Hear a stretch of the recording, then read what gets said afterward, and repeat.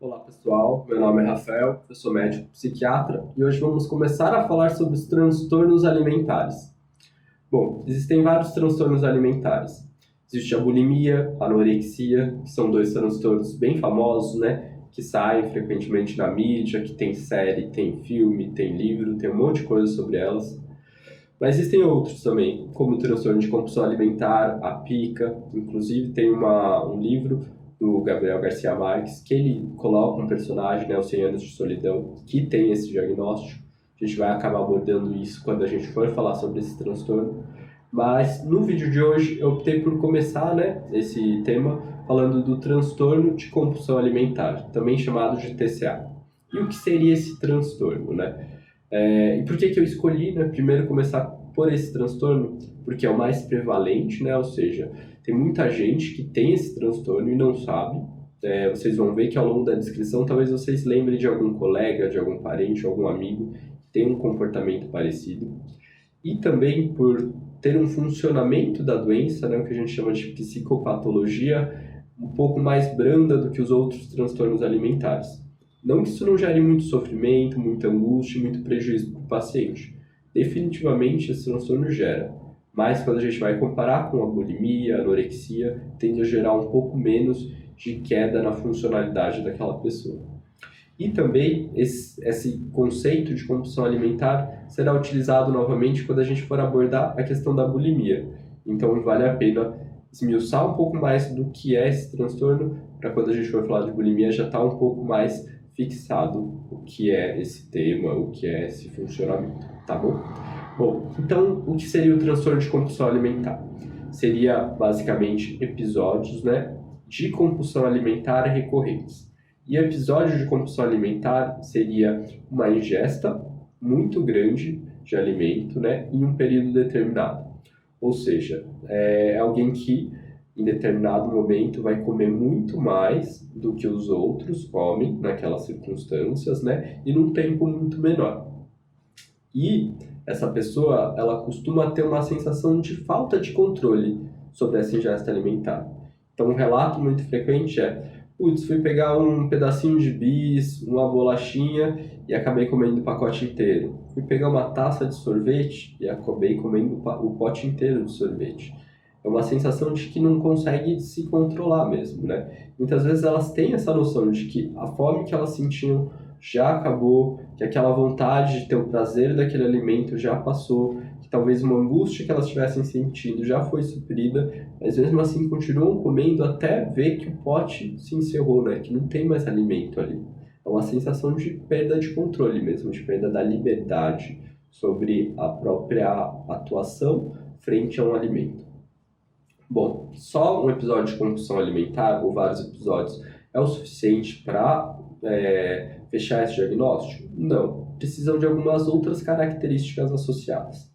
Bom, uma delas é comer mais rapidamente do que o normal. Então aí a gente entra na questão do tempo, né, e da velocidade. Ou seja, é aquela pessoa que vai comer muito rápido. Então, às vezes, se você está ali tendo uma refeição com ela, você está chegando na metade do seu prato, ela já comeu o dela inteiro, já está repetindo, já está na metade do segundo prato, e você se impressiona mesmo, né, com essa velocidade. Outra característica é comer até se sentir muito cheio. Sentir, às vezes, até uma dor na barriga de tanto alimento que está lá, né, distendendo o seu estômago. Essa é uma experiência que muitos de nós já passamos, né? Quando fomos, por exemplo, num rodízio de pizza, numa churrascaria. Isso acontece com todo mundo, uma vez ou outra na vida. O grande problema é quando isso fica se repetindo. Aí acende esse sinal de alerta de que algo pode estar errado. Outra coisa seria comer, mesmo na ausência de fome. Então, muitos desses pacientes não estão sentindo fome quando vão se alimentar. Às vezes estão com vontade do prazer mesmo que aquele alimento dá, às vezes um doce, às vezes um sorvete. E aí começa, né, para ter esse prazer e perde completamente o controle. Muitas vezes usam o alimento como forma de aliviar uma angústia, né? Então está muito angustiado, vai lá e pega um bis, pega um sorvete, pega algum tipo de doce. Então, essa é uma característica muito frequente. Algumas desses pacientes chegam a comer sozinho, porque tem um medo de perder o controle na frente de outras pessoas, que as pessoas reparem, julguem essa falta de controle, julguem essa ingesta aí tão grande de alimento, Então, às vezes, acaba evitando ir, por exemplo, em jantares, em almoços familiares. Muitas vezes, os pacientes eles se isolam mesmo, né? Eles têm medo de se alimentar na frente das outras pessoas, porque tem essa sensação de que não vai dar conta de se segurar na hora da alimentação. Outra sensação muito frequente que esses pacientes têm é de se sentir desgostoso com si mesmo, deprimido ou muito culpado. Aqui a ideia da culpa é muito importante, né?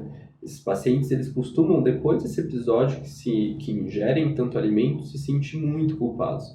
Ficar se perguntando por que fez aquilo, por que comeu tanto, sendo que já não tinha fome, sendo que já tinha saciado aquele prazer, sendo que já não estava mais angustiado. Por que precisar terminar o pote inteiro de sorvete? Por que precisar comer tanto? E essa angústia, né, essa culpa vai se intensificando e vai gerando uma sensação muito ruim para esse paciente. Mas também tem essa sensação de se sentir desgostoso, decepcionado consigo mesmo e até deprimido. É fundamental que esse paciente tenha um sofrimento.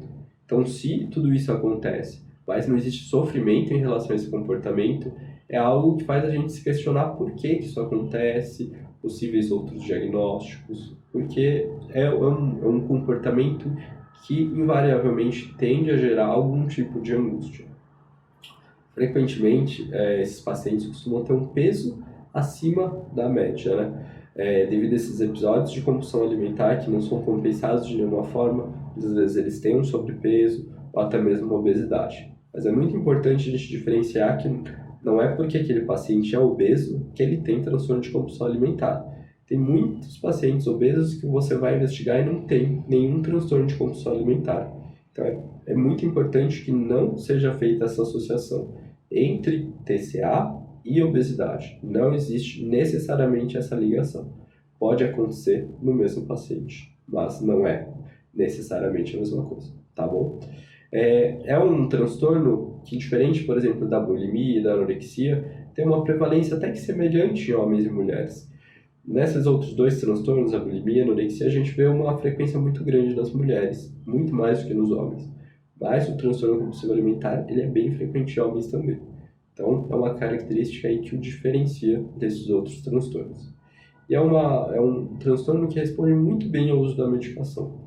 Então, a gente consegue aí ajudar muitos pacientes com a medicação. É claro que é fundamental entender por que isso acontece, ter uma psicoterapia é fundamental, como em todos os transtornos alimentares, e tenha também um acompanhamento com a nutricionista. Mas é um transtorno que responde muito bem ao tratamento, tá certo? Bom, por essa semana era isso. Na próxima semana a gente volta para abordar outros transtornos alimentares. Abraço.